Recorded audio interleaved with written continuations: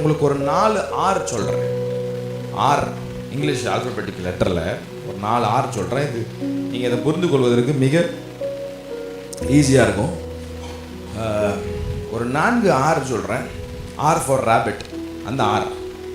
முதல் ஆறு ரிமெம்பர். சத்தமாக சொல்லுங்கள், ரிமெம்பர். கொஞ்சம் யோசிச்சு பாருன்றார் ஆண்டவர். 5ஆம் வசனத்தை நான் வாசிக்கிறேன். ஆகையால் நீ என்ன நிலைமையிலிருந்து விழுந்தாய் என்பதை நினைத்து. இங்கிலீஷில் ரொம்ப அழகாக இருக்கு, remember the place you have fallen. அப்போ கவனிங்க, முதல்ல நம்மளை கர்த்தர் ஆவியானவர் விரும்புகிறாரு. நீ எல்லாமே நல்லா பண்ணுற, ஊழியம் நல்லா பண்ணுற, சபைக்கு நீ கொடுக்குறத அறிஞ்சிருக்கிறேன், சபைக்காக நீ பிரயாசப்படுறத அறிஞ்சிருக்கிறேன், பாஸ்டரோட நீ ஊழியம் செய்ய அறிஞ்சிருக்கிறேன், எல்லாம் ஓகே, கஷ்டப்பட்டு வேலை செய்கிறீங்க. ஒர்க் ப்ரெஷர் நிமித்தலும், ஃபேமிலி கஷ்டத்தை நிமித்தலும், ஃபினான்ஷியல் டைட் நிமித்தலும், எல்லா கஷ்டத்தின் மத்தியிலும் எனக்காக பிரயாசப்பட்டுருக்கிற, பொறுமையாக இருக்கிற, நீ எல்லாத்தையும் அறிஞ்சிருக்கிறேன்ப்பா. ஆனால் உங்களுக்குள்ள ஒரு குறையை நான் கண்டுபிடிச்சிருக்கிறேன். நீ ஆதியில் செய்திருந்த அன்பை நீ மறுபடியும் செய்ய நான் விரும்புகிறேன். முதல்ல ஆண்டவர் விரும்புகிறாரு ரிமெம்பர். ரிமெம்பர், சத்தமாக சொல்லுங்கள், ரிமெம்பர். யோசிச்சு பார்க்கணும், நம்மை நாமே நிதானித்து கொஞ்சம் நேரம் டைம் எடுக்கணும். நான் ரொம்ப பர்ஃபெக்ட்டு அப்படின்னு ஒரு நாள் யாரும் சொல்லிடவே முடியாது. ஒவ்வொரு நாளும் நமக்கு ஆவியானவர் தேவை.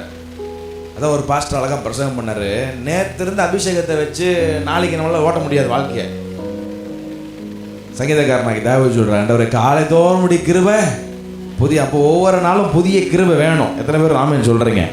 ஒவ்வொரு நாளும் நமக்கு புதிய கிருபை வேணும், புதிய பலன் வேணும். நேற்று நான் சண்டே, இன்னைக்கு சண்டே நான் நல்லா சர்ச்சில் ஆவியில் நிரம்பி ஜோம் பண்ண அந்நிய பாஷை பேசினேன், அதனால் மண்டே எல்லாம் நான் நல்லா சூப்பராக இருப்பேன். ஓகே, ப்ராக்டிக்கலி மண்டே எப்பயும் நல்லா இருப்போம், ஏன்னா கொஞ்சம் ஃபயர் அப்படியே எரிஞ்சிட்டே இருக்கும் உள்ள. டியூஸ்டே கொஞ்சம் அப்படியே மங்கிரும். வெனஸ்டே சுத்தம் போச்சு, ஃபுல்லாக காலி.